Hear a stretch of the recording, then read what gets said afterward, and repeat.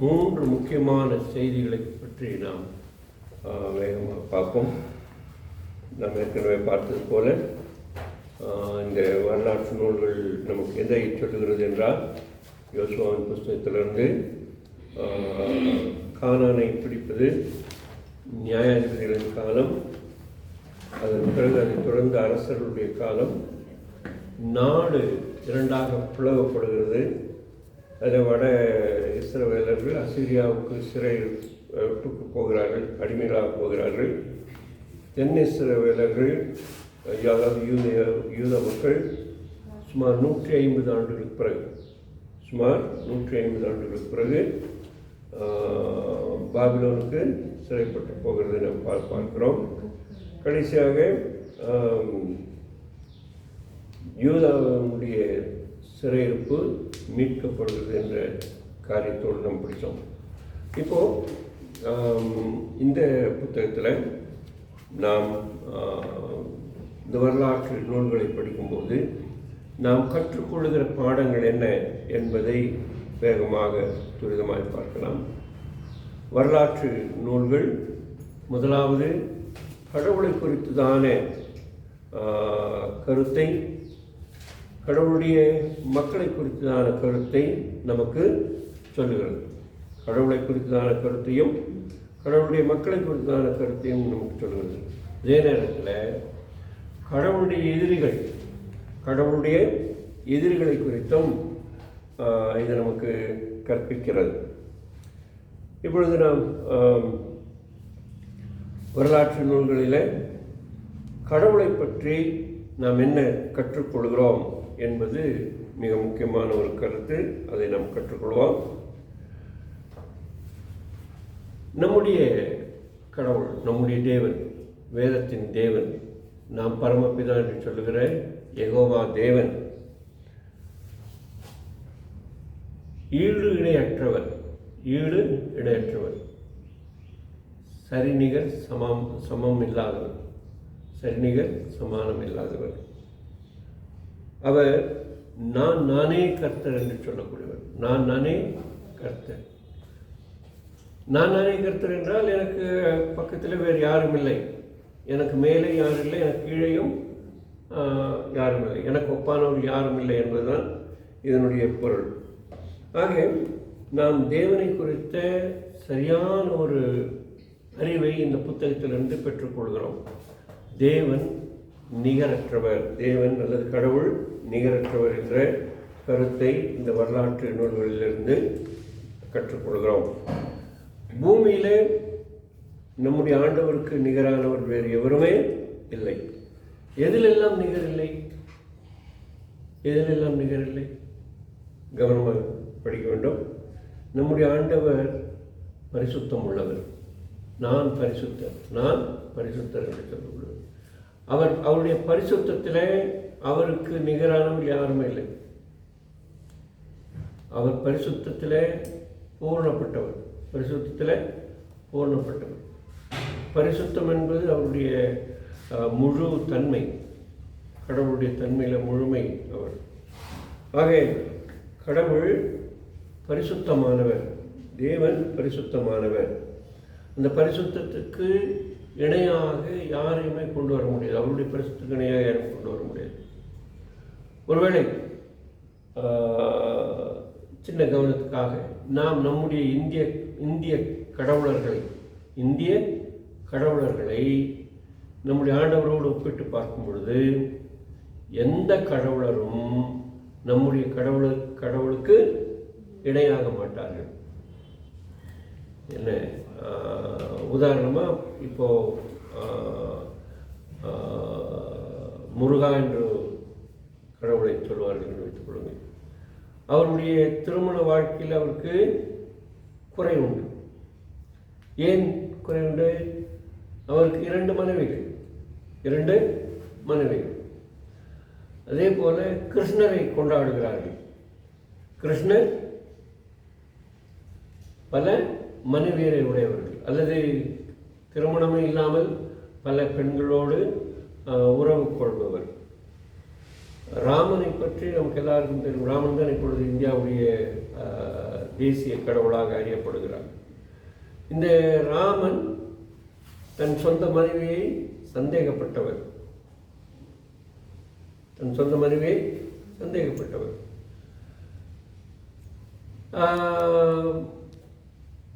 அவருடைய பிரஜைகளில் ஒருவரான சுமூகன் என்பவரை வெட்டி கொன்றவர். அவர் ஒரு கலை கற்றுவிட்டார் என்பதற்காக, குலத்திலே தாழ்ந்தவராக இருந்தார் என்பதனாலே. ஆக குலத்திலே தாழ்ந்தல் உயர்ந்தல் என்ற அந்த கருத்தை சொல்லுகிற கடவுளர்கள். ஆனால் நம்முடைய ஆண்டவர் அப்படி அல்ல. வருத்தப்பட்டு பாரம் சுமக்கிறவுடன் நீங்கள் எல்லாரும் என்னிடத்தில் வாருங்கள், நான் உங்களுக்கு இளைப்பாறுத்துகிறேன். ஆக எல்லாருக்கும் அவர் என்னவா இருக்கிறார்? கடவுளாக இருக்கிறார். அது மாத்திரமல்ல, நான் பரிசுத்தர். ஆகவே நீங்களும் பரிசுத்தராக இருங்கள் என்று பரிசுத்தத்தை முக்கியப்படுத்துகிறவர். ஆக பரிசுத்தத்தில் அவருக்கு இணையானவர்கள் யாருமே கிடையாது. இரண்டாவது, நம்முடைய கடவுள் நீதி உள்ளவர். நான் ஏற்கனவே சொன்னது போல கிருஷ்ணர் நீதி தவறினவர். அவர் கொலை செய்வதை சர்வசாதாரணமாக எடுத்துக்கொண்டவர். உதாரணத்துக்கு சொல்கிறேன், நம்முடைய ஆண்டவர் யுத்தத்தில் வல்லவர். அதனால் மகாபாரதத்தில் வர யுத்தத்துக்கும் இதுக்கும் சம்மந்தப்படுத்தக்கூடாது. ஆண்டவர் சத்துருக்களை தான் அழிப்பாரே தவிர சத்ருவாகிய பிசாசினுடைய கட்டுப்பாட்டில் இருக்கிறது. மற்றபடி சர்வத்தையும் ஆளுகிறவர். இந்திய கடவுளர்கள் அந்த குறிப்பிட்ட இடத்துக்கு தான் கடவுளர்கள். முருகன் தமிழ்நாட்டுக்கு மட்டும்தான் கடவுளர். ராமர் வடநாட்டுக்கு மட்டும்தான் கடவுளர். இப்போ தான் அவர் வந்து ப்ரொமோட் பண்ணியிருக்காங்க இந்தியாவுக்கு. என்ன இப்போது இங்கே பெட்டக்குரும்பா சகோதரிகள் இருக்குங்க.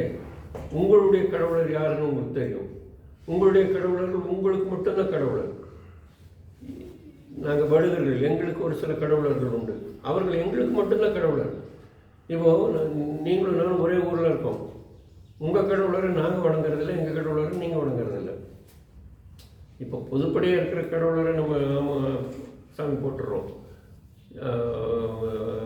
விநாயகரையோ ஐயப்பனையோ நம்ம வணங்கிடுறோம். நீங்கள் இல்லை, நான் சொல்கிறது பொதுவாக சொல்கிறேன். ஆனால் அதே நேரத்தில் நம்முடைய குலத்திற்கென்றோ நம்முடைய கோத்தரத்துக்கென்றோ அல்லது நம்முடைய இனத்திற்கென்றோ இருக்கிற கடவுளரே நம்ம என்ன செய்கிறதில்லை, வணங்குறதில்லை. இப்போ எங்கள் ஊரில் பல ஆண்டுகளாக கவுண்டர்கள் இருக்காங்க, எஸ்சிஸ் இருக்காங்க.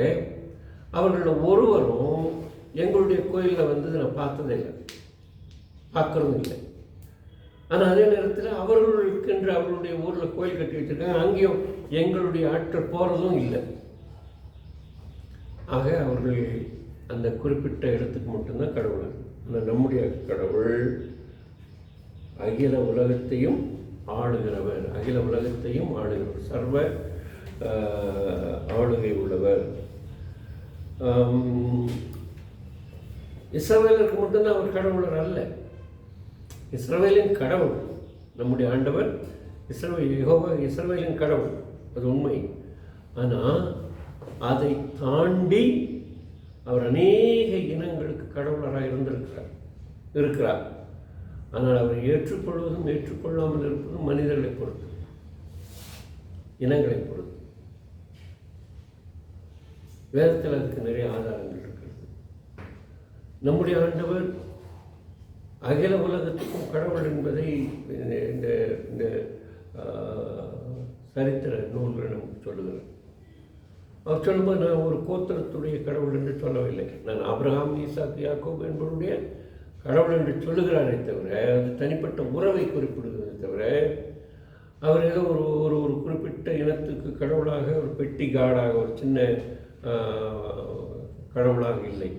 நம்முடைய இனத்திலேயோ நம்முடைய குலத்திலேயோ நாம் ஆராதிக்கிற தொழுது கொள்கிற கடவுளாக அல்ல என்பதை நாம் அறிந்து கொள்ள வேண்டும். நம்முடைய கடவுள்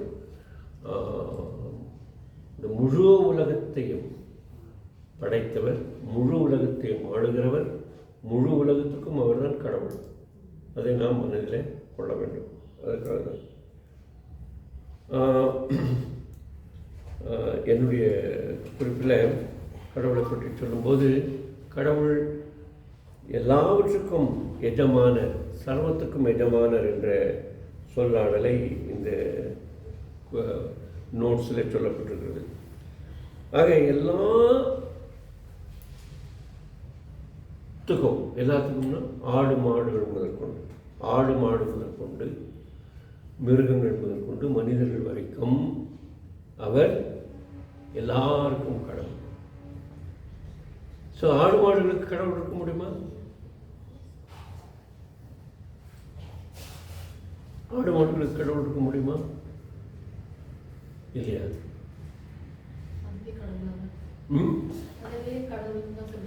அதை கடவுள்னு சொல்றாங்க. அது நம்ம மாதிரி இருக்கிற முட்டாளுங்க. ஆனால் அது கடவுள் இல்லை. என்ன கோமாதான்னு சொல்லி அதுக்கு காலம் விடுவாங்க. இது அதோடைய கக்காவை எடுத்து போய் கடவுளாக்கி கொண்டு கும்பிட்றவங்க இருக்காங்க. அந்த அர்த்தத்தை நான் சொல்லலை. நான் சொல்லலை, அவைகளுக்கும் நம்முடைய ஆண்டவர் தான் கடவுள், சிருஷ்டிகர்த்தர். அதனால தான் நாம் வேதத்தில் வாசிக்கிறோம், சிங்கங்கள் முதற்கொண்டு எல்லாமே அவர் சொல்வதற்கு கீழ்ப்படுகிறது. தானியேலுடைய வாழ்க்கையில் பார்க்குறோம், சிங்கங்கள் அவருக்கு அடங்கி இருந்தன. அதனால தான்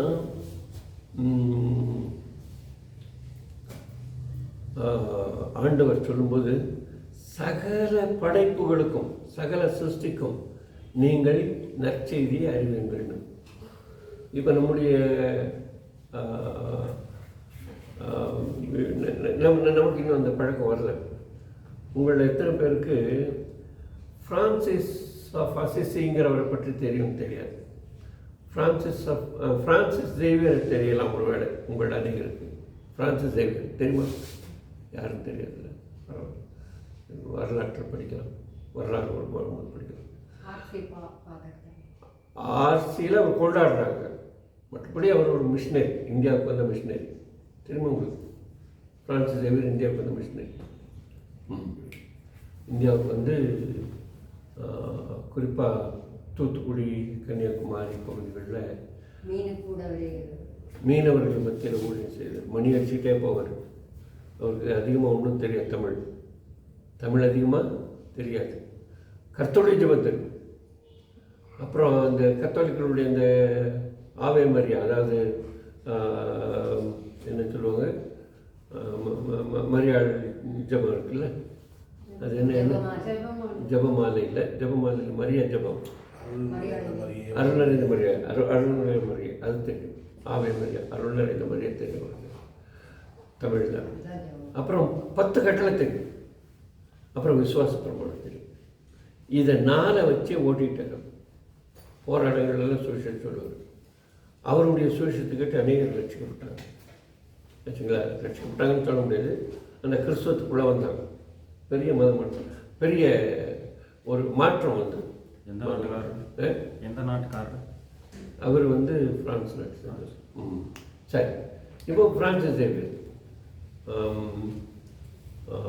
அதே போல் ஃப்ரான்சிஸ் ஆஃப் அசிசிங்கிற இடத்துல ஒரு ஒரு துறவி இருந்தார், ஒரு ஃபாதர். அவர் வந்து நம்ம சாது சுந்தர் சிங் இருக்கார்ல, அவருக்கு அவர் ரொம்ப பிடிக்கும். சாது சுந்தர் சிங்க்கு இந்த ஃப்ரான்சிஸ் ஆஃப் அசிசி ரொம்ப பிடிக்கும். ஃப்ரான்சிஸ் ஆஃப் அசிசி பட்டணத்தை சேர்ந்த ஃப்ரான்சிஸ், அதுதான் ஃப்ரான்சிஸ் ஆஃப் அசிசினா பிரான்ஸ் தேசத்தில் உள்ள அசிசி நகரை சேர்ந்த ஃப்ரான்சிஸ். இவர் வந்து ஒரு துறவியர். இவர் வந்து இவரை பார்த்தாலே எல்லா மிருகங்களும் பூனை நாய் எல்லாமே இவர் சொல்லாமல் இவர் கூட நடந்து போகும்.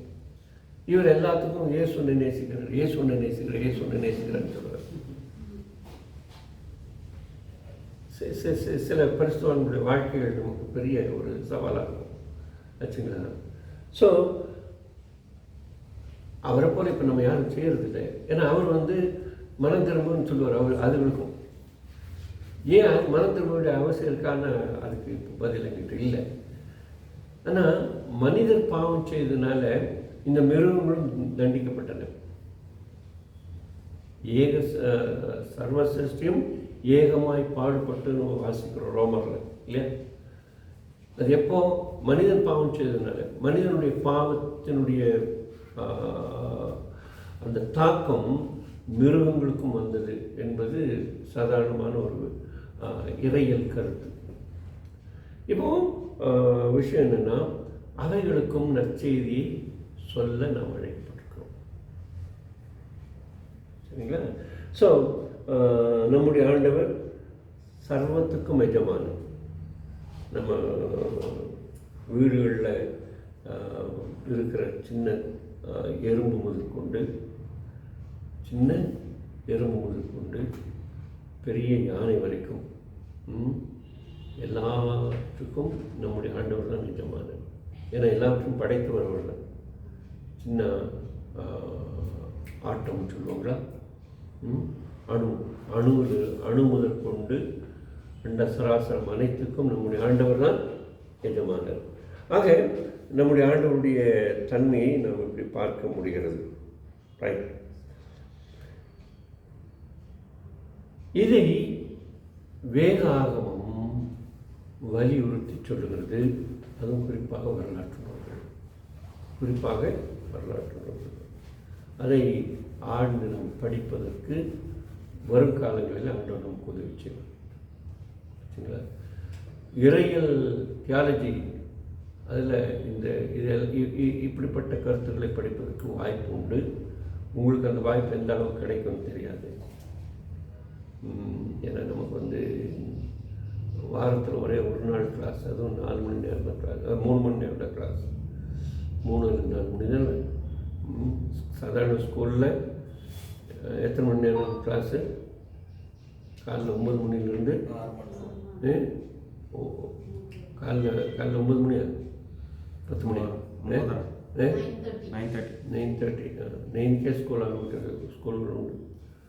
9 to 4:30 5 இருக்கிற கிளாஸஸ் இருக்குது. தியாலஜிக்கல் காலேஜஸ்லையும் இருக்குது. ஆனால் நமக்கு ஜாலி. வாரத்தில் ஒரே ஒரு நாள் காலையில் 10 மணிக்கு வாங்கினா 10:30 தான் வரும். அப்புறம் அடித்து பிடிச்சி எல்லாம் செஞ்சு இது பண்ணும்போது 10:45 ஆகிடும் கிளாஸ் தொடங்குறதுக்கு. இன்னைக்கு கரெக்டாக 10:30 ஆரம்பிக்கலாம் வந்தேன். என்ன ஃபோனில் யாரோ ஒருத்தர் கூப்பிட்டாரு. சகோதரரும் இதை செட் பண்ணல. அதனால் 10:45 மேலே ஆகிடுச்சு. இப்போ நம்ம என்ன படிக்கிறோம்? கொஞ்சம் தான் படிக்கிறோம். ஸோ இது அதிகமாக படிக்கிற நேரங்களில் நம்ம இதனுடைய ஆழமான கருத்துக்களை படிக்கிறதுக்கு வாய்ப்பு உண்டு. தியாலஜியில் அது விலங்குகளுக்கு நற்செய்தி அறிவிப்பது அப்படிங்கிறது பற்றி ஒரு தலைப்பு. எனவே கட் த ஸ்டோரி ஷார்ட், நம்முடைய ஆண்டவர் அவருக்கு ஒப்பாரும் இல்லை மிக்காரும் இல்லை. நம்முடைய ஆண்டவருக்கு ஒப்பாரும் இல்லை மிக்காரும் இல்லை என்ற அந்த கருத்தை நாம் உள்வாங்கிக் கொள்ள வேண்டும். அடுத்ததாக கடவுளுடைய மக்களை பற்றி சில கருத்துக்களை நாம் பார்ப்போம். தேவ ஜனங்கள் அல்லது கடவுளுடைய மக்கள். ஆண்டவர் உடன்படிக்கையின் மூலமாக இஸ்ரவேலர்களை தமக்கு சொந்த ஜனமாக தெரிந்து கொண்டார். அப்போ இங்கே அந்த உடன்படிக்கைங்கிற வார்த்தைக்கு வருது. இந்த உடன்படிக்கையின் மூலமாக தான் அவங்க ஆண்டவருக்கு ஜனமாகிறாங்க. மற்றபடி உடன்படிக்கை இல்லாமல் அநேகர் அவருக்கு ஜனமாக இருந்திருக்கிறார்கள். உதாரணத்துக்கு சங்கீதத்தில் சங்கீதத்துக்கு முன்னாடி சொல்கிறேன். ஆபிரகாமுடைய காலத்தில் மெல்கிசேதேக்குன்னு ஒருத்தர் இருந்தார். மெல்கிசேதேக்கும் ஆண்டவருக்கு எந்த உடன்படிக்கை இருந்தது நமக்கு தெரியல. ஒரு வேளை இருந்திருக்கலாம். ஒருவேளை இருந்திருக்கலாம். அது நமக்கு வேதத்தில் சொல்லப்படலை. ஆனால் மெல்கிசேதேக்கு மட்டும்தான் சொல்லப்பட்டிருக்கு. மெல்கிசேதேக்கு ஆண்டவராக இயேசு கிறிஸ்துவோடு ஒப்பிட்டு சொல்லுவாங்க. ஏன்? அவருக்கு யாரெல்லாம் இல்லை? அப்பா அம்மா இல்லை, அதெல்லாம் சொல்லுவாங்க. ஆதி அந்தம் இல்லாதவங்கிற அந்த கருத்தெல்லாம் சொல்லுவாங்க. இப்போ விஷயம் என்னன்னா, கடவுள் அவர்களோடு கூட உடன்படிக்கை செய்திருக்கலாம், ஒப்பந்தம் செய்திருக்கலாம். ஆனால் அவை நமக்கு எழுதப்படவில்லை, பதிவு செய்யப்படவில்லை. இதே போல் இவங்க மாத்திரம்தான் இருந்திருப்பாங்களா? ஆபிரகாம் மெல்கிசேதேக்கு மட்டும்தான் ஆண்டவர் நம்பியிருப்பாங்களா? உண்மையான இஸ்ரவேலின் கடவுளை இவர்கள் மட்டும்தான் நம்பியிருப்பாங்களா? மற்ற அநேகரும் இருந்திருக்காங்க, அவங்கள பற்றி நமக்கு சொல்லப்படலை. ஆபிரகாமுடைய குலத்தில் வந்த இஸ்மவேலை பற்றி நாம் படிக்கிறோம். இன்றைக்கி டக்குன்னு எல்லாம் சொன்னோன்னு சொல்லிடுவாங்க. இஸ்மவேலர்கள் யார் தெரியுமா? இங்கே இருக்கிற முஸ்லீம்ஸ்ன்னு சொல்லிடுவாங்க. முஸ்லீம்ஸில் அவரை அது முஸ்லீமை மாற்றிடுறாங்க. ஆனால் நான் நினைக்கிறேன் அவங்க ஒரு தனி ஒரு இனமாக இருந்திருக்கலாம். அது பிற்காலத்தில் முஸ்லீம்ஸாக இருப்பாங்க. இந்த இஸ்மவேலர்களும் ஆபிரகாமின் உடன்படிக்கைக்கு உட்பட்டவர்களாக இருந்ததினால் அவரை நம்பி இருந்திருக்கிறார்கள். ஆனால் காலம் செல்ல செல்ல அவர்களில் ஒரு சிலர் வழிமாறி விக்கிரக ஆராதனை செய்திருக்கலாம். என சரியான வழிநடத்துதல் இல்லாதவர்களாக இருந்திருக்கிறார். என்றைக்குமே கடவுள் நம்மளை ஏன் எதுக்கு அழைச்சிருக்கிறார்? மற்றவர்களுக்கு கடவுளுடைய சத்தியத்தை சொல்வதற்கு. எனக்கு தெரிஞ்சது போல எத்தனையோ பழைய கிறிஸ்தவங்க இருக்காங்கள, பைபிள் இல்லாத காரணத்தினால, சரியாக போதிக்கிறவங்க இல்லாத காரணத்தினால கடவுள் மேலே நம்பிக்கை வச்சுருப்பாங்க. ஆனால் மற்றபடி உலக காரியங்களில் ஈடுபட்டிருப்பாங்க. எனக்கு தெரிஞ்சது போல அந்த நாட்களில் நான் ஆரம்ப கால கிறிஸ்தவனாக இருக்கும்போது எங்கள் ஊரில் இருந்த ஒரு சிலர் நான் பார்த்துருக்கோம். அவங்க தாத்தா யாரோ கிறிஸ்தவராக இருந்திருக்காங்களாம். ஆனால் அவங்க அந்த தொடர்ச்சியில் வரல. ஸோ இதை நம்ம உடன்படிக்கைக்கு உட்பட்டவர்களாக நாம் பார்க்கும்பொழுது இஸ்மவேலர்களை உடன்படிக்கைக்கு உட்பட்டவர்களாக எடுத்துக்கொள்கிறோம். மெல்கிசேதேக்கும் அவருடைய பின்னடியார்களையும் நாம் எடுத்துக்கொள்ள வேண்டியிருக்கிறது. அதே போல் அந்த நாட்களில் இந்த இஸ்ரவேல் நாட்டை சுற்றில் இருந்தவர்கள் மத்தியிலும் அப்படிப்பட்ட எண்ணம் உடையவர்களாக இருந்திருப்பார்கள். நம்ம பைபிளில் சங்கீதங்களில் படிக்கும்போது ஆண்டவர் தம்மை யாருக்கும் மறைக்கவில்லை என்று ஒரு கருத்து படிக்கிறோம். ரோமர்லேயும் அதுக்கான ஒரு குறிப்பு உண்டு. கடவுள் தன்னை பற்றி வெளிப்பாட்டை யாருக்கும் மறைக்கவில்லை. அவருக்கு இந்த இனத்துக்கு தான் தன்னை வெளிப்படுத்த வேண்டும் என்ற கட்டாயம் இருக்கவில்லை. அதனால் கடவுளை பற்றி வெளிப்பாடு எல்லாருக்கும் உண்டு. அதில் சிறப்பு வெளிப்பாடு என்பது நாம் ஆபிரகாம் இவர்களுக்கு கிடைத்தது. சிறப்பு வெளிப்பாடு, பொதுவான வெளிப்பாடு, ரெவலேஷன். தியாலஜியில் படிப்பீங்க. தியாலஜியில் இறையல்ல முதல் பாடமே ரெவலேஷன். படிச்சிருக்கீங்களா அந்த வார்த்தை? ரெவலேஷன். ரெவலேஷன் என்ன? வெளிப்படுத்தின விஷயம் கிடையாது. வெளிப்பாடு. வெளிப்பாடு ஆண்டவர் தம்மை வெளிப்படுத்துறது. அதுக்கு நம்ம நிறைய கருத்து நம்ம அதுக்கு ஏற்பாடு படிக்க முடியும். கர்த்தர் தம்மை யாருக்கும் மறைக்கவில்லை. கர்த்தர் தம்மை யாருக்கும் மறைக்கவில்லை. இப்போ இயற்கையில் ஆண்டவர் தம்மை வெளிப்படுத்தி இருக்கிறார். படுத்திருக்காரு இல்லையா? எப்படி எப்படி இயற்கையில் தன்னை ஆண்டவர் வெளிப்படுத்தினார்? சிருஷ்டிகர்த்தாவாக. எப்படி? இப்போ ஒருத்தர் சூரியனை பார்க்குறாரு. சூரியனை பார்க்கும்போது சூரியனே இந்த அளவு இருக்கும்போது இதை படைத்தவர் எப்படி இருப்பார் அப்படிங்கிற எண்ணத்தை அவர் கொள்ள முடியும். அதனால தான் நம்ம இந்த வெளிப்படுத்தல் நீங்கள் தியாலஜி படிக்கும்போது இந்த ரெவலேஷனுங்கிற இதில் படிக்கும்போது ஆண்டவர் இயற்கையிலே தன்னை வெளிப்படுத்தினதை இந்த சூரிய சந்திரங்கள் மூலமாக நம்ம அறிய முடியும். சரிங்களா? ஸோ நாம் இப்போ தேவன் உடன்படிக்கையின்படி தெரிந்து கொண்டவர்கள் மாத்திரமல்லாமல் மற்றவர்களையும் தெரிந்தெடுத்திருக்கிறார். தன்னை குறித்த வெளிப்பாட்டை அவர் மறைக்கவில்லை, எல்லாருக்கும் சரிசமமாக பகிர்ந்தளித்திருக்கிறார் என்ற கருத்தை நாம் ஏற்றுக்கொள்ள வேண்டும். இப்போ உடன்படிக்கையின்படி தெரிந்து கொள்ளப்பட்ட இஸ்ரவேலர்களுக்கு அவர்கள் எப்படி வாழ வேண்டும் என்று இந்த வரலாற்று புஸ்தகத்தில் சொல்லப்பட்டிருக்கு. எப்படி நடந்தார்கள் என்பதையும் இந்த வரலாற்று புத்தகங்கள் சொல்லுகிறது. குறிப்பாக இஸ்ரவேல் ஜனங்களுடைய பாவங்களை பற்றி நாம் படிக்க முடியும். பாருங்களேன், இஸ்ரவேல் ஜனம் ரெண்டாக பிரிஞ்சாங்களா? யார் காலத்தில்? எரோபியம் காலத்தில் பிரிஞ்சாங்க. அப்புறம் ரெகோபியம் இழுத்து போன ஜனங்கள் இருக்காங்கள, ரெகோபியம் இழுத்து போன அந்த 10 கோத்திரத்தார் என்ன செஞ்சாங்க? கடவுளை முற்றுமும் மறக்கலை, ஆனால் கடவுளுக்கு பதிலாக எதை முன் கொண்டு வந்துட்டாங்க? கோமாதாவை கொண்டு வந்துட்டாங்க. நம்ம மாதிரி நமக்கு மாதா அது, அவங்களுக்கு என்ன வச்சாங்கன்னு தெரியல. அவங்க ஒரு காளையை வச்சுருந்துருப்பாங்க இல்லையா? இப்போவுமே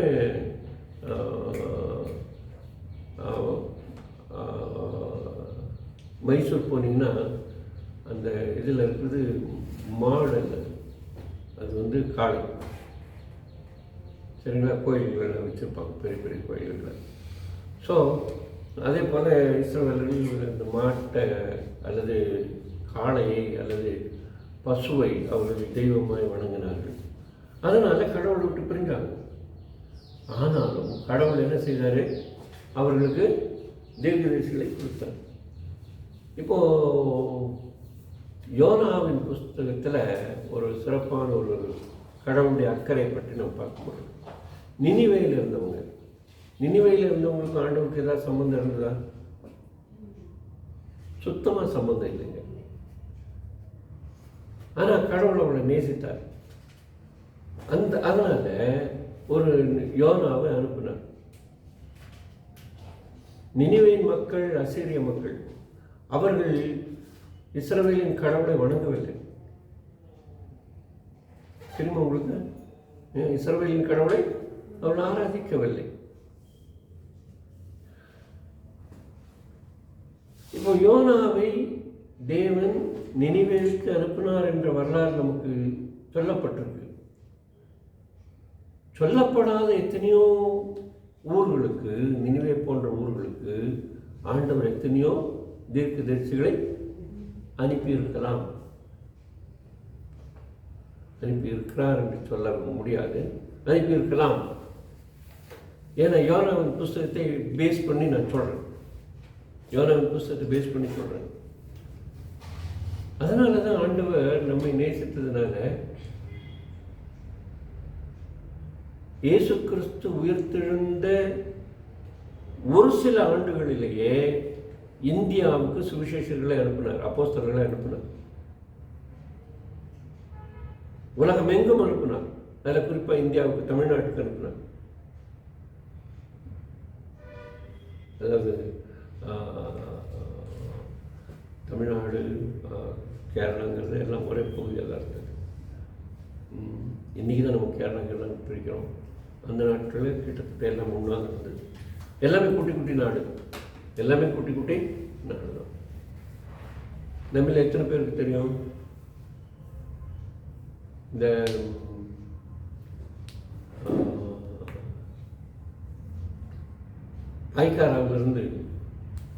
பாய்க்காராவில் தொடங்கி கிட்டத்தட்ட மானந்தவாடி வரைக்கும், பாய்க்காரா தொடங்கி மானந்தவாடி வரைக்கும், இங்கே ஓவேலி தொடங்கி முதுமலை வரைக்கும் உள்ளது ஒரு பெரிய நாடாக இருந்தது. அதுக்குன்னு ராஜா ராணி இருந்தாங்க. அதுவும் 3 நாளாக பிரிஞ்சிருந்தது. வைநாடு இது ஒரு நாடு.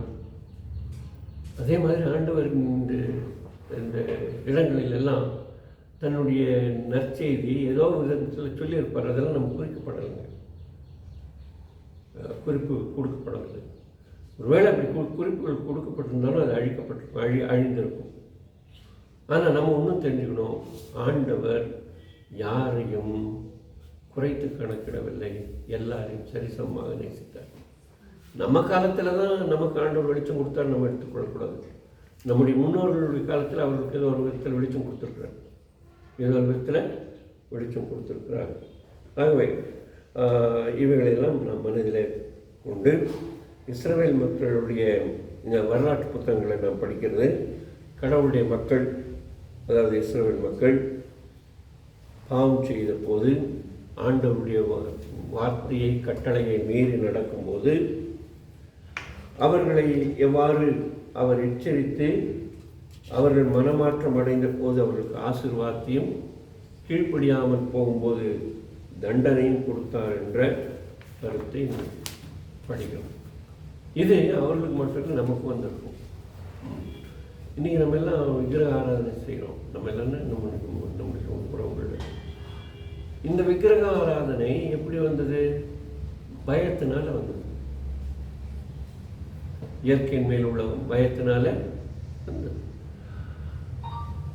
எத்தனையோ நேரங்களில் ஆண்டவர் இந்த பயத்தை போக்குவதற்கு பல விதங்களில் பலரை அனுப்பியிருக்கக்கூடும்.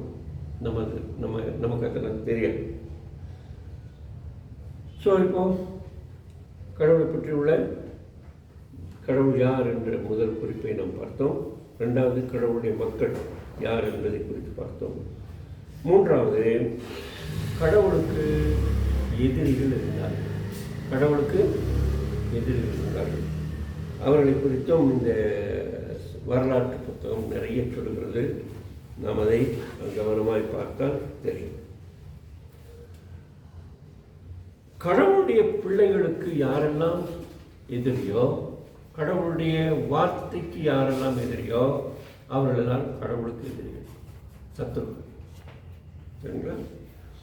ஸோ அப்படி சத்துருக்களாக மாறும் பொழுது ஆண்டவர் அவர்களுக்கு எதிராக போர்களை செய்வார், யுத்தங்களை நடத்துவார். அந்த யுத்தங்களை நடக்கும்போது அந்த யுத்தத்தில் யார் வெற்றி பெறுகிறார்கள் என்பதின் அடிப்படையில் வரலாறு பொதுவாக சொல்லப்படுகிறது.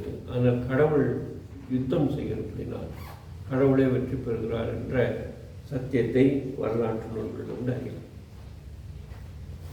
உதாரணமாக கோலியாத் தாவீது. தேவன் தாவீதை பயன்படுத்தினார். சின்ன பையன், பெரிய போர் யுத்தி எல்லாம் தெரியாது, பெருசாக ஒன்றும் தெரியாது. நான் நினைக்கிறேன், அப்போ தாவீதுக்கு உங்களுக்கு என்ன வயசு கேட்கக்கூடாது, 24. இவரோட குறைவாக தான் இருந்திருப்பார். ஒரு 18 வயசாக இருந்திருப்பார் தாவீது. மீறி போன 18லேருந்து 20 இருந்திருப்பார். தாவீது உண்மையிலே அங்கே நடந்த யுத்தம், அந்த கோலியாத் என்ற கடவுளுடைய எதிரி கடவுளுடைய மக்களோடு போர் செய்யும் பொழுது அங்கே கடவுள் ஒரு வாலிபனை பயன்படுத்தினார். அதுதான் முக்கியம். இப்போ ஆண்டவர் வெற்றி கொடுக்கிறார் என்பதை அடிப்படையாக கொண்டு இந்த நூல்கள் எல்லாம் எழுதப்பட்டிருக்கிறது. சரி, இப்போ இந்த வரலாற்று நூல் சொல்லும் சில முக்கியமான கருப்பொருள் என்ன என்பதை நான் சொல்லுகிறேன், குறித்து கொள்ளலாம். முதலாவது, கடவுளுடைய ஆளுகை அல்லது கடவுளுடைய ஆளுமை.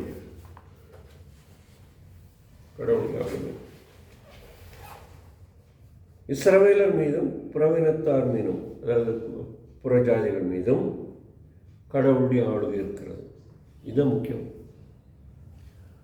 இஸ்ரவேல் மக்கள் மீது மாத்திரம் கடவுள் ஆளுகை செய்யலை, புறஜாதிகள் மேலும் அவர் ஆளுகை செய்கிறார் என்ற கருத்தை இந்த வரலாற்று நூல்கள் நமக்கு சொல்கிறது. இரண்டாவது, கடவுளுடைய பிரசன்னம். இது நான், கடவுள் சொல்கிறேன், நான் சமீபத்துக்கு மட்டும் கடவுள் அல்ல, தூரத்துக்கும் கடவுள். அவர்தான் இந்த அண்ட சராசரங்களை படைத்தவர். அவருடைய பிரசன்னத்தினாலே பூமி நிறைந்திருக்கிறது, அவருடைய மகிமையினால் பூமி நிறைந்திருக்கிறது என்பதற்கான ஒரு கருத்தை இந்த கருப்பொருள் சொல்கிறது. கடவுளுடைய பிரசன்னம். அவர் சொல்கிறார், நான் சமீபத்துக்கு மட்டும்தான் கடவுள் அல்ல, தூரத்துக்கும் கடவுள். மூன்றாவது, கடவுளுடைய வாக்குத்தத்தங்கள்.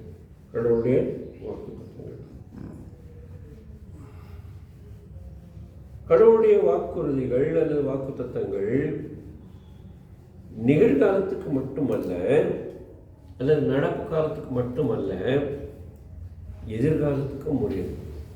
கடந்த காலத்துக்கு மட்டுமல்ல, நிகழ்காலத்துக்கும் எதிர்காலத்துக்கும் உள்ளது என்ற கருத்தை நமக்கு சொல்கிறது. அடுத்ததாக கடவுளுடைய அரசு,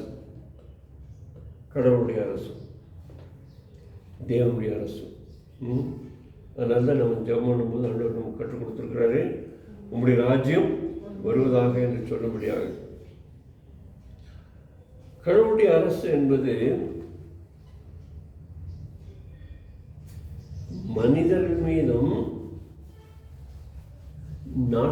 நாடுகளின் மீதும் இனங்களின் மீதும் மிருகங்கள் மீதும் பறவைகள் மீதும் இருக்கிறது. கடவுள் அவ்வளவு பெரிய அதிகாரி, பெரிய ராஜா. அதனால தான் நம்ம என்ன சொல்கிறோம், ராஜாதி ராஜா என்று சொல்லுவோம். இப்போ யாராவது ஒருத்தர் எனக்கு ஒரு வசனம் படிங்க, பைபிள் வச்சுருக்கீங்களா? யாத்திராகமம் 15வது அதிகாரம் 8வது வசனம். இன்னொருத்தர் சங்கீதம் 93:1. நாட்டின் சுவாசம் குவிந்து நின்றது, வெள்ளம் உயராக நிமிர்ந்து நின்றது, ஆழங்கள் ஜலம் நடுக்கடலில் உடைந்து போயிற்று. இது எது படிக்கிறீங்க? யாத்திராகமம் 18. கர்த்தர் சதா காலங்களாகிய என்றென்றைக்குள்ள ராஜ்யம் பண்ணுவார். ஆமென். கர்த்தர் சதா காலங்கள் என்றென்றைக்கும் ராஜ்யபாரம் பண்ணுகிறார், அது ராஜரீகம் பண்ணுகிறார். அது அவருடைய அரசை குறித்து சொல்கிறது. சங்கீதம் 93:1. கர்த்தர் ராஜரீகம் பண்ணுகிறார், மகத்துவத்தை அணிந்து கொண்டிருக்கிறார். கர்த்தர் பராக்கிரமத்தை அணிந்து அவர் அதை கச்சையாக கட்டிக் கொண்டிருக்கிறார். ஆக தெய்வீகமாகவும் மனிதீகமாகவும் தேவன் ஆளுகை செய்கிறவர்களாக காணப்படுகிறார் என்பதை நமக்கு சொல்கிறது. எல்லாவற்றுக்கும் மேலாக நம்முடைய தேவன் உடன்படிக்கையின் தேவன். இந்த உடன்படிக்கையை மையமாய் வைத்து ஆண்டவர் அநேக காரியங்களை செய்கிறார். இதில் விசேஷமாக உடன்படிக்கைக்கு கீழ்ப்படுகிறவர்களுக்கு ஆசீர்வாதத்தையும், உடன்படிக்கையை மீறுகிறவர்களுக்கு தண்டனையும் வழங்குகிறார். ஆக இதற்கு அடிப்படை உடன்படிக்கை. ஆக நாம் 5 காரியங்களை பார்த்தோம். கடவுளுடைய ஆளுகை, கடவுளுடைய பிரசனம், கடவுளுடைய வாக்குறுதி, கடவுளுடைய அரசு, கடவுளுடைய உடன்படிக்கை. இதன் அடிப்படையில் நாம் சரித்திர புத்தகங்கள் எந்தெந்த கால வரிசையில் எழுதப்பட்டிருக்கிறது என்பதை நாம் பார்க்கலாம். உங்களுக்கு நான் இப்போ புதுசாக தயார் பண்ணியிருக்கிற இந்த நோட்ஸில் உங்களுக்கு அது கட்டம் போட்டு அதை அழகாக பண்ணி வச்சுருக்கேன். அது இன்னும் ஒரு 2 வார டைமில் உங்களுக்கு நோட்ஸாக கையில் கிடைக்கும். சரி, இஸ்ரவேல் ராஜாக்களுடைய காலத்தை நாம் வேதத்தில் படிக்கிறோம். அதை தான் வரலாற்று நூல்கள் நமக்கு சொல்லுகிறது. இதை காலங்களின் அடிப்படையில் பார்க்கும்பொழுது இஸ்ரவேல் நாட்டை ஆண்டு கொண்டிருந்த அரசர்கள் வருவதற்கு முன்பு இருந்த காலம், அந்த யோசுவா தொடங்கி ரூத் வரைக்கும். ரூத் வரைக்கும் யாரெல்லாம் இருக்கல, ராஜாக்கள் இருக்கு. அவனவன் மனம் போனபடி வாழ்ந்து கொண்டிருந்தார். தேவன் அவ்வப்போது தான் நியாயங்களை எழுப்புகிறார். ஆனால் இதை தொடர்ச்சியாக நடத்துவதற்கு ராஜாக்களின் காலத்தில், அரசர்களுடைய காலகட்டத்தில் 1-2 சாமுவேல் புஸ்தகத்தில் உள்ள வரலாறை நாம் அடிப்படையாக படிக்கலாம். 1-2 ராஜாக்களின் புத்தகத்தை அடிப்படையாக வைத்து படிக்கலாம். 1-2 நாளாகம் புத்தகத்தை அடிப்படையாக வைத்து படிக்கலாம். அரசருடைய காலத்தில் நடந்த நிகழ்வுகள் என்னென்ன? அரசருடைய காலத்தில் நடந்த நிகழ்வு, சாமுவேலின் புஸ்தகமும் சரி, ராஜாக்களின் புஸ்தகமும் சரி, ரெண்டுமே முழு இஸ்ரவேலரை குறித்து சொல்கிற வரலாறு. வட நாடாக இருந்தாலும் தென் நாடாக இருந்தாலும் 2 பேரையும் ஒன்றிணைத்து சொல்லுகிற வரலாறு. ஆனால் நாளாகும் புஸ்தகம் மட்டும் வடநாடு பிரிந்து போன பிறகும்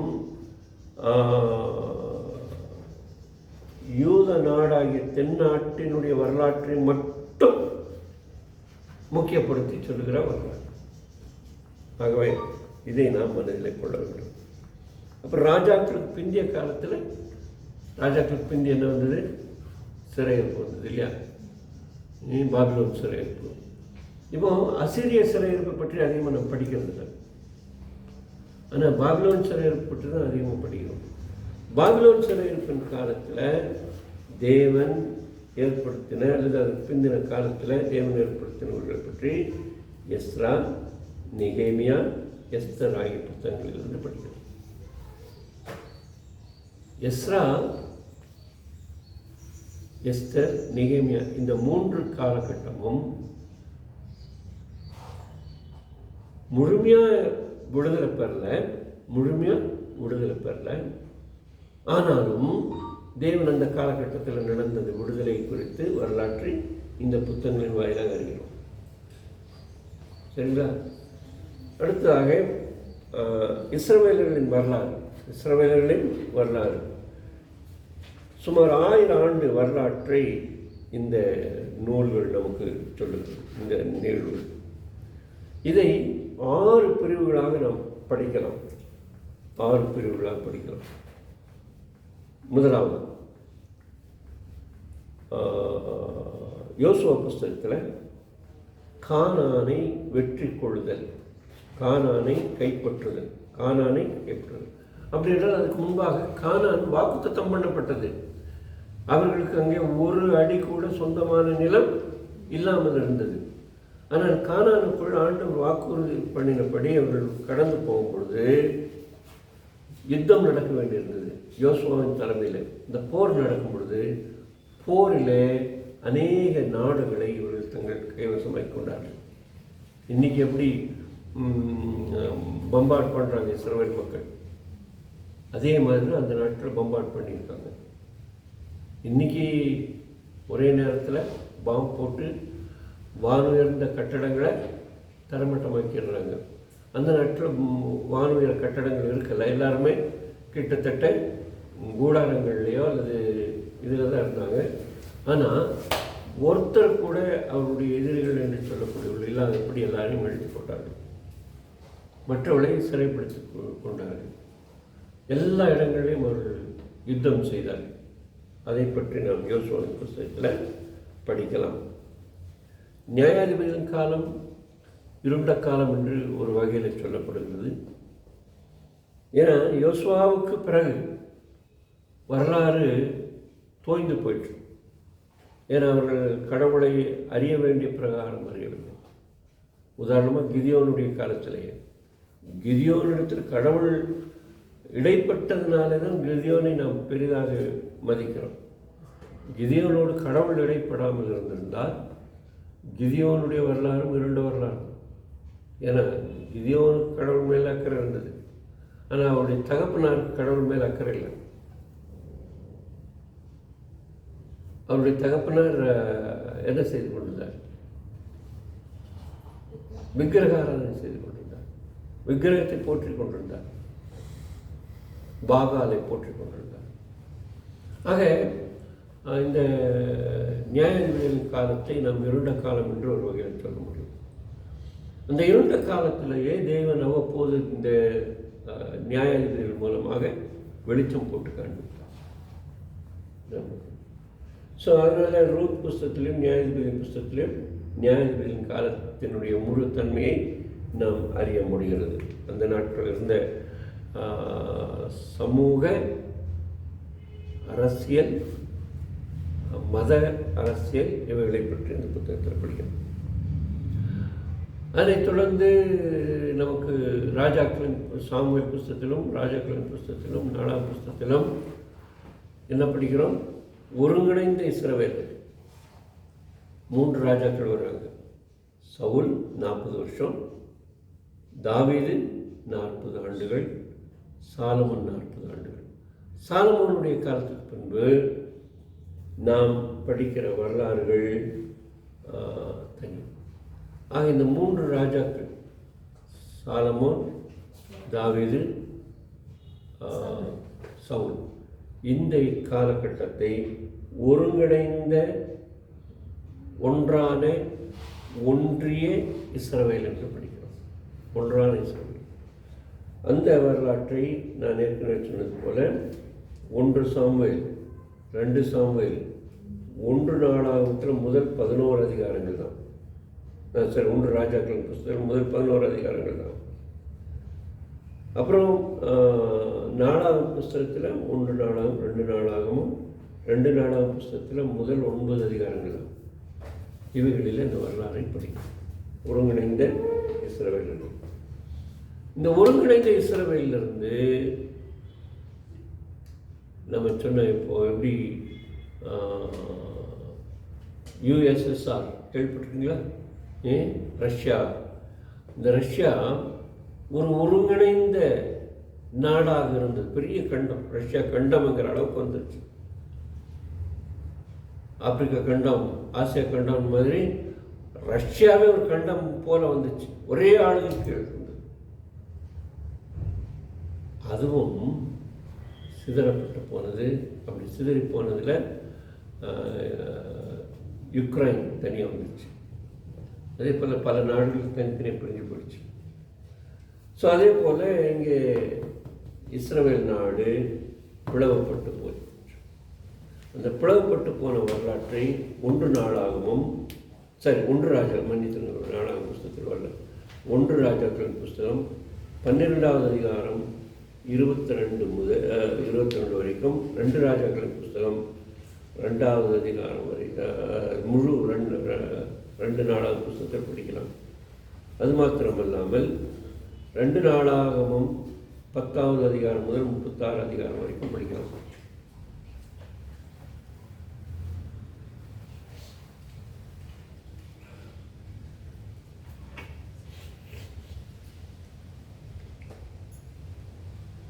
அப்புறம் நாம் அடிக்கடி சொல்வது போல இந்த இஸ்ரவேல் மக்கள் அடிமைப்படுத்தப்பட்டார்கள்.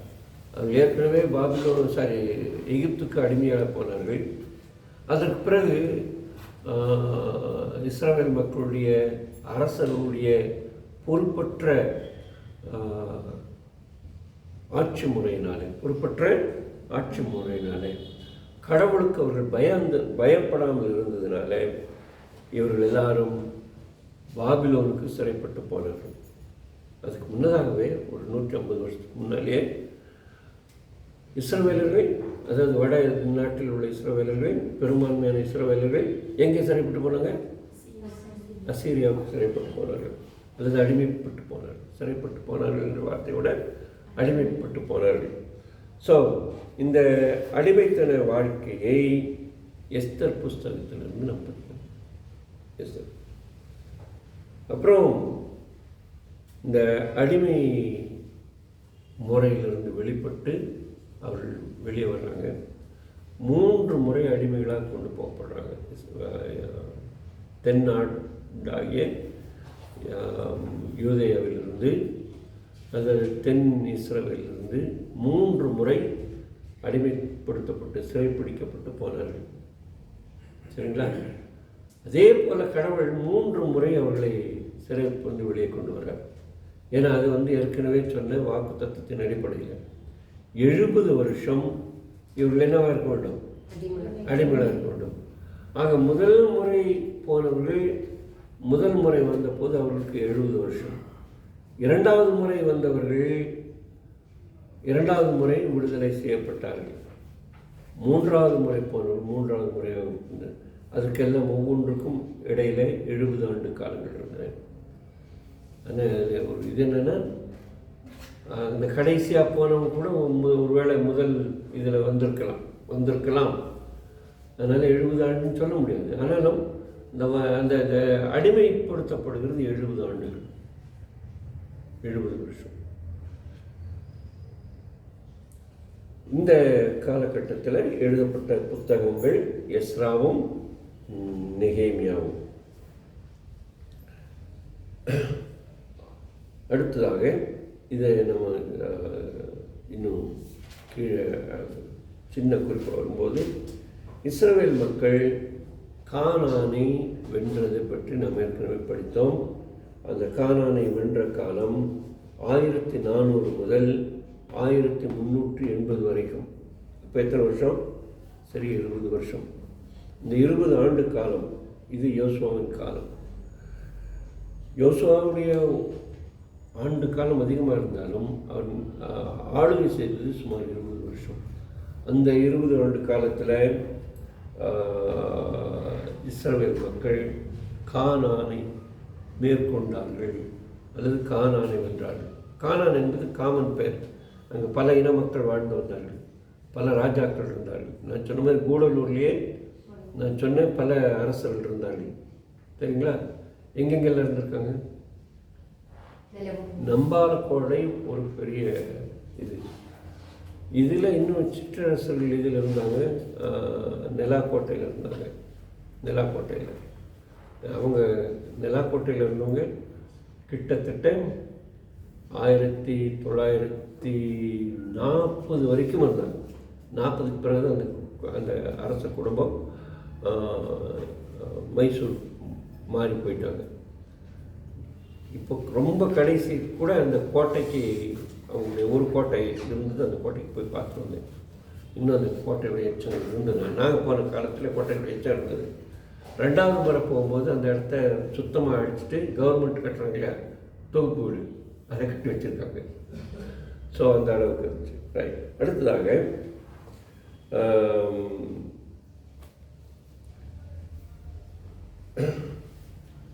கானானை மேல் போர் எடுக்கிறார்கள்.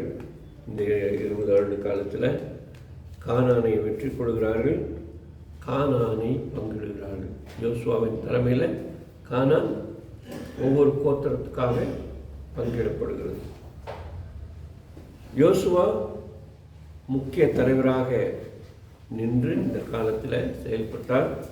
இவரோடு கூட இருந்தவர்கள் காலேப், ராகா, ஆகா, இவர்கள் எல்லாரும் இவர்கள் காலத்தில் குறிப்பிட்ட நிகழ்வுகளில் இருந்தார்கள். இந்த காலத்தின் வரலாறுகளை நான் ஏற்கனவே சொன்னது போல யோசுவாவின் புஸ்தகத்தில் படிக்கலாம். நியாயாதிபதியின் புஸ்தகம் சுமார் 1380 1040 வரைக்கும் உள்ள காலகட்டத்தை நமக்கு சொல்லுது. 1040 வரைக்கும். அப்போ எத்தனை வருஷம்? கிட்டத்தட்ட 400 வருஷம். கிட்டத்தட்ட 400 வருஷம். இந்த 400 வருஷம் நியாயாதிபதிகளுடைய ஆட்சி நடந்தது. இந்த காலகட்டத்தினுடைய நிகழ்வுகளை நாம் நியாயாதிபதிகள், ரூத், 1 சாமுவேல் முதல் 7 அதிகாரம் வரைக்கும் நம்ம படிக்கலாம்.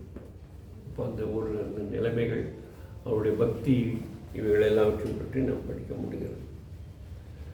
நியாயாதிபதிகளில் நியாயாதிபதிகள்னு சொல்லும்போது நாம் என்ன நினைக்கக்கூடாது, நம்ம ஊரில் இருக்கிற நியாயாதிபதி இருக்கிற இல்லையா, ஜட்ஜ், அந்த மாதிரி எடுத்துக்கூடக்கூடாது. இவங்களை நம்ம ஊரில் இருக்கிற நாட்டாமை மாதிரி தான் எடுத்துக்கணும்.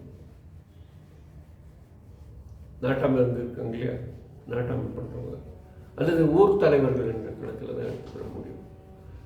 இந்த ராஜாக்கள் நியாயாதிபதிகள் என்கிறவங்க எல்லாருமே அந்த முழு இஸ்ரவேலை தங்களுடைய கட்டுப்பாட்டுக்குள்ளே வச்சிருப்பாங்க. ஒரு சிலர் தவிர மற்றவர்கள் எல்லாரும் சின்ன சின்ன ஊர்களுக்கு ஊர் தலைவர்களாக இருந்திருக்காங்க. என்ன நம்முடைய சினிமாலாம் பார்த்து பழகினதுனால இந்த விக்கெல்லாம் போட்டுருப்பாங்க அந்த மாதிரிலாம் நம்ம பார்க்கக்கூடாது. என்ன ஒரு அங்கெல்லாம் போட்டு அப்படி இருக்கிற மாதிரிலாம் சும்மா சாதாரணமாக என்ன ஊரில் ஒரு முக்கிய தாதா இருந்தால் எப்படி இருப்பார், அந்த மாதிரி ஒரு தாதாவாக தான் இருந்திருப்பாங்க. இந்த காலகட்டத்தில் 12 படைத்தளபதிகளை பற்றி நாம் படிக்க முடிகிறது.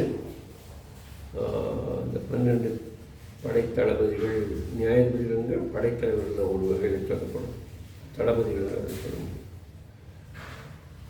இவர்களை கொண்டு தேவன் இஸ்ரவேலுக்கு எப்படி பெரிய பெரிய வெற்றியை கொடுத்தார் என்ற கருத்தை இந்த புத்தகத்தில் அறிய முடிகிறது.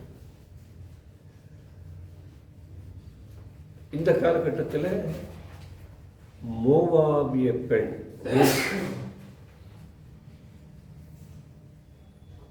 இஸ்ரவேல் நாட்டை சேர்ந்த போவாசை திருமணம் செய்த அந்த நிகழ்வு. மோவாபியர்கள் கடவுளுடைய சாபத்தின் பேரில் எத்தனை தலைமுறைக்கு உள்ள வரக்கூடாது?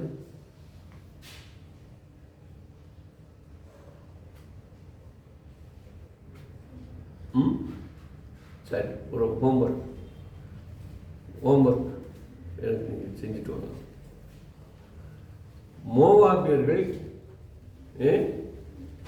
மோவாபியர்கள் எத்தனை தலைமுறைக்கு? 7 நாளத்தில் அசைன்மெண்ட் பண்ணிட்டு வாங்க சார், அசைன்மெண்ட் பண்ணிட்டு வாங்க.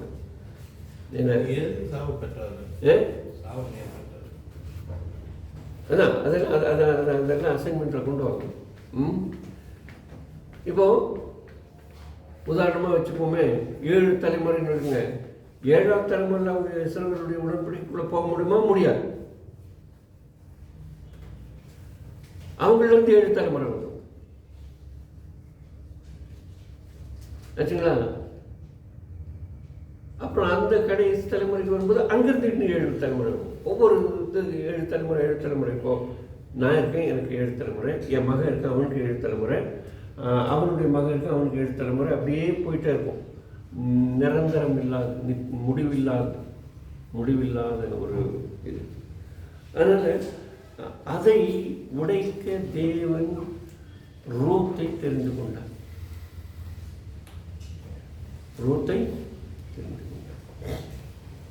ரொம்ப இன்ட்ரெஸ்டிங்.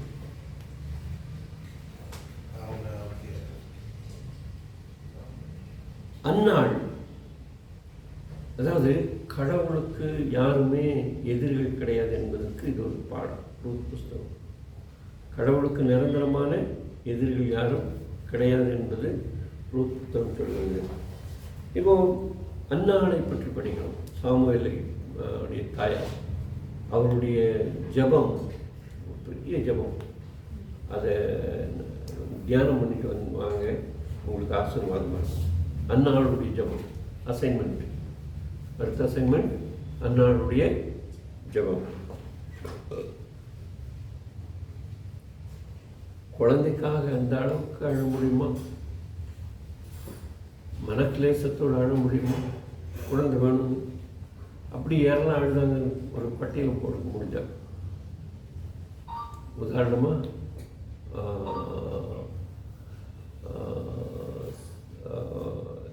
லேயாள், யாக்கோபுடைய மனைவி 2 பேர் இருந்தாங்களே, லேயாளும் ராகேலும். ராகேல் தன் பிள்ளைகளுக்கு அழுதான்னு சொல்லப்பட்டிருக்கா? பிள்ளைகளும் அழுதான்னு சொல்லப்பட்டிருக்கா பைபிளில்? தெரியாதா? படிக்கலையா? ராகேல் பிள்ளைகளுக்காக எழுதாள். அதனால தான் அவள் தான் முதல்ல இன்ட்ரடியூஸ் பண்ணுறா. அவங்க வேலைக்காரிய மனைவியாக கொடுக்குறது. அதை இன்ட்ரடியூஸ் பண்ணது அவர். அதே போல் பிள்ளை வேண்டும் என்று சொல்லி ராகேலுடைய மாமியார் ரெபேக்காவும் எழுதார். இவர்கிட்ட சண்டை போட்டிருந்தார். யார்கிட்ட? ஈசா கிட்ட சண்டை போடுறாங்க. அதெல்லாம் படிச்சு பாருங்க. ரொம்ப இன்ட்ரெஸ்டிங்காக இருக்கும். அந்த கண்ணோட்டத்தில் படிக்கணும். ஆனால் சாரால் அப்படி சண்டை போட்டானான்னு தெரியல எனக்கு.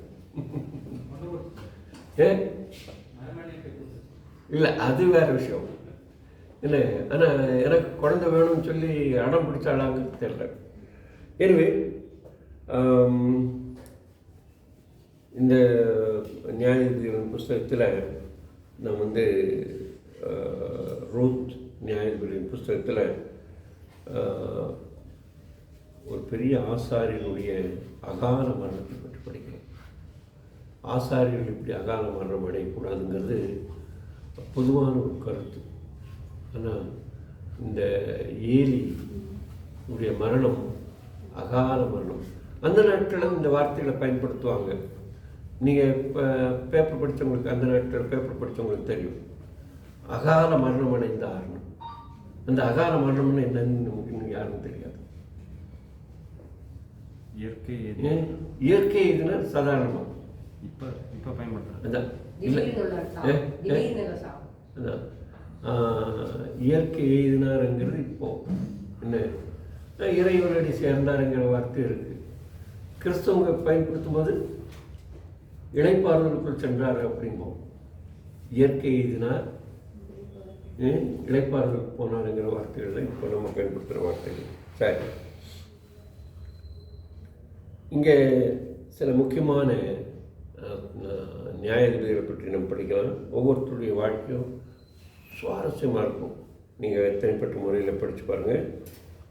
ஏகூத்துடைய வாழ்க்கை, பாராக்குடைய வாழ்க்கை, தெபோராவுடைய வாழ்க்கை, கிதியோனுடைய வாழ்க்கை, சிப்போராவுடைய வாழ்க்கை, எப்தாவுடைய வாழ்க்கை, சிம்சோனுடைய வாழ்க்கை, கிதியோனுடைய வாழ்க்கை, ரூத் வாழ்க்கை, நகோமுடைய வாழ்க்கை, போவாசுடைய வாழ்க்கை, அன்னாளுடைய வாழ்க்கை, ஏலியுடைய வாழ்க்கை, சாமுவேலுடைய வாழ்க்கை.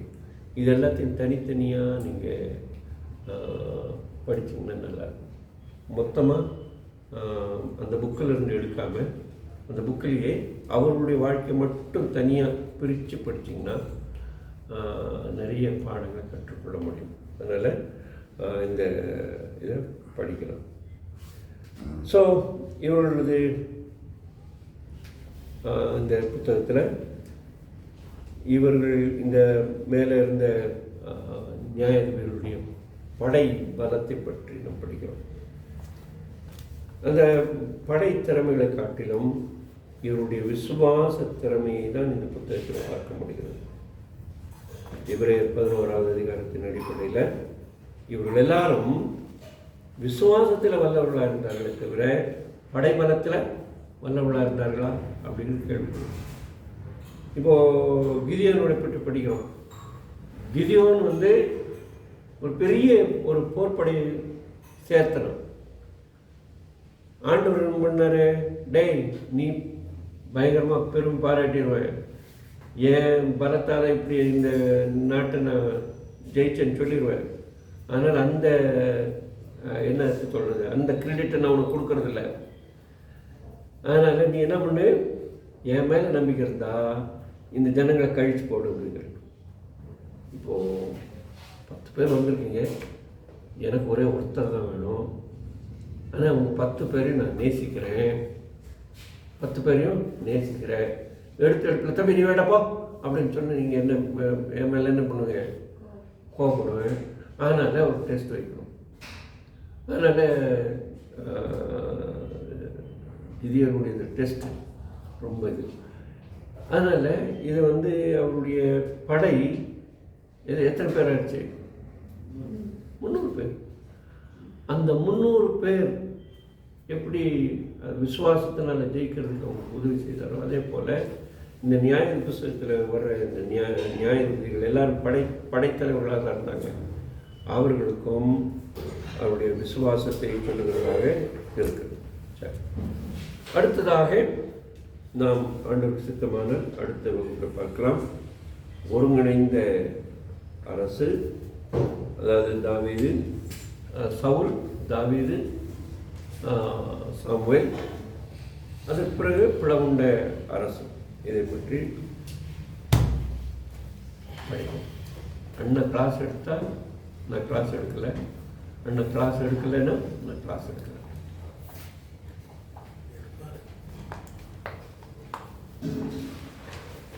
தேநீர் இடைவேளை.